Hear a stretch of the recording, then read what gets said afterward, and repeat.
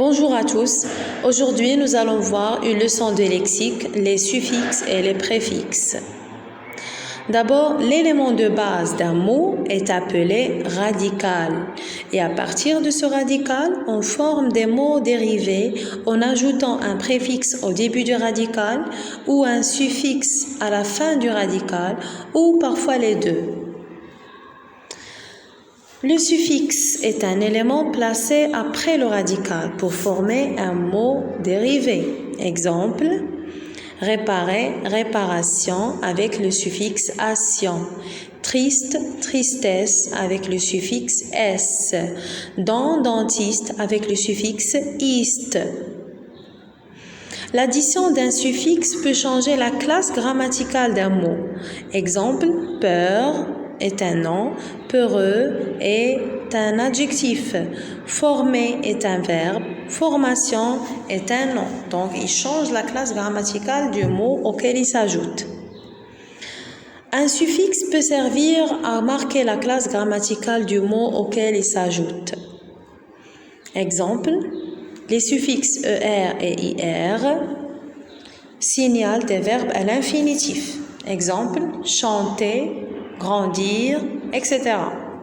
Les suffixes âge, ation ou bien sion toute seule, heure, it ou bien t toute seule, etc.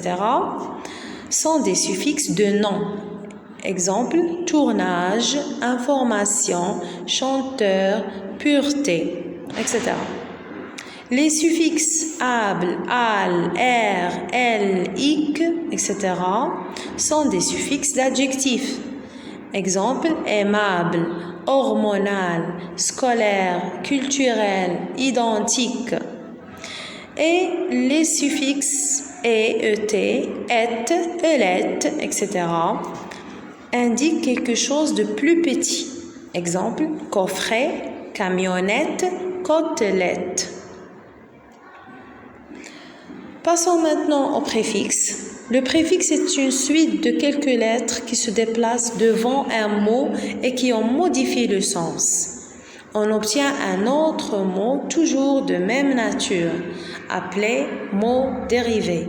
Exemple, le préfixe im plus le mot possible donne impossible. Donc, on obtient un nouveau mot, mais de la même classe grammaticale.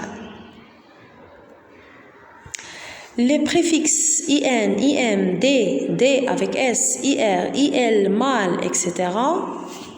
sont des préfixes indiquant le contraire. Exemple, connu, inconnu, patient, impatient, gonflé, dégonflé, agréable, désagréable, régulier, irrégulier, lisible, illisible, heureux, malheureux. Le préfixe près, ça veut dire avant, à l'avance. Exemple, histoire, préhistoire, ça veut dire avant l'histoire. Exprime la répétition. Exemple, lire, relire. C'est l'action de lire à nouveau. Et enfin, inter, exemple, ligne, interligne, ça veut dire entre les lignes, au milieu. Voilà, la leçon d'aujourd'hui est terminée. J'espère que vous avez bien compris cette leçon et à la prochaine leçon, Inch'Allah.